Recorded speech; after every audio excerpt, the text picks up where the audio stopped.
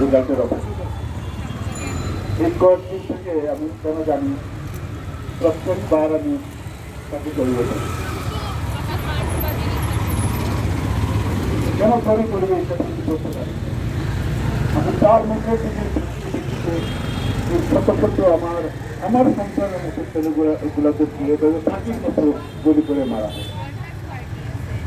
এত বড় একটা হত্যাকাণ্ড সংঘটিত হলো, এটা কল্পনার বাইরে। আমি প্রায় 40 বছর এই সিলেটের ছাত্র রাজনীতি এবং বড় রাজনৈতিক সাথে সংযুক্ত। দেশ স্বাধীন হয়েছে 53 বছর। এই 53 বছরের ভিতরে আমার মনে হয় এত বড় হত্যাকাণ্ড প্রকাশ্যে দিবালুকে এত বড় হত্যাকাণ্ড বাংলাদেশের রাজনৈতিক ইতিহাসে সংঘটিত হয়। এবং সবচেয়ে আশ্চর্যের বিষয়, আমাকে হতবাক করলো, জাতিকে হতবাক করলো, গতকাল তারা শোক সভা, শোক মিছিল এবং মন্দির, পেগোডা, মসজিদের দোয়া মহফিল করে হত্যাকাণ্ড ঘটিয়ে পুলিশকে লেলিয়ে দিয়ে, পৃথিবীকে লেলিয়ে দিয়ে হত্যাকাণ্ড সংগঠিত করে আজকে তারা প্রতিরাষ্ট্র ব্যয় করছেন এবং আজকে তারা হত্যাকাণ্ডকে বিভিন্ন খাতে পরিচালিত করার চেষ্টা করছেন। এই নির্মম পাশবিক হত্যাকাণ্ড এড়িয়ে শান্তিপূর্ণভাবে সমাধান করা সম্ভব ছিল, কিন্তু গোয়ার্ধনী, অহমিকা এবং নিজেকে বড় হিসাবে জাহির করার যে প্রবণতা, স্বৈরাচারী প্রবণতা থেকে এই একটা বিশাল একটা হত্যাকাণ্ড সংঘটিত হলো। শত শত মায়ের বুক খালি হলো। গতকাল এক মন্ত্রী বলেছেন যে 200-এর মতো হবে, এরপরে আরেকজন মন্ত্রী বলেছেন 147 জন, এরপরে আরো বলেছেন পাশাটা হলো আরো 3টা যুগ হবে, মানে 150। এগুলো কি কুকুরের বাচ্চা? শুনেন, এই যে রাস্তাঘাটে এখন আমরা যে কুকুরগুলা দেখি, এগুলো এখন মারা নিষেধ।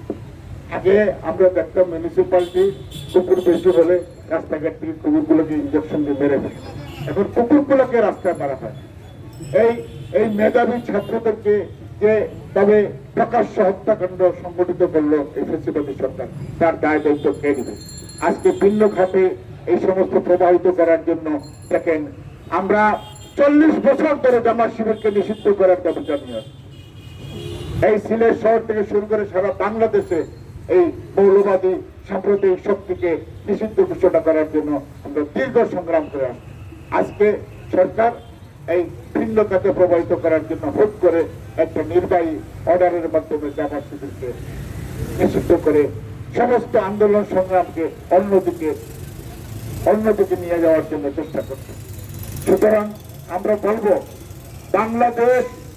বাংলাদেশের ছাত্র সমাজ ইয়াহিয়া খানকে দেখেছে, আইয়ুব খানকে দেখেছে, এরশাদকে দেখেছে, অনেক স্বৈরাচারকে দেখেছে। গায়ের জুড়ে, বন্দুকের জুড়ে ক্ষমতায় টিকে থাকা যায় না, মায়ের বুক খালি করে ক্ষমতায় টিকে থাকা যায় না।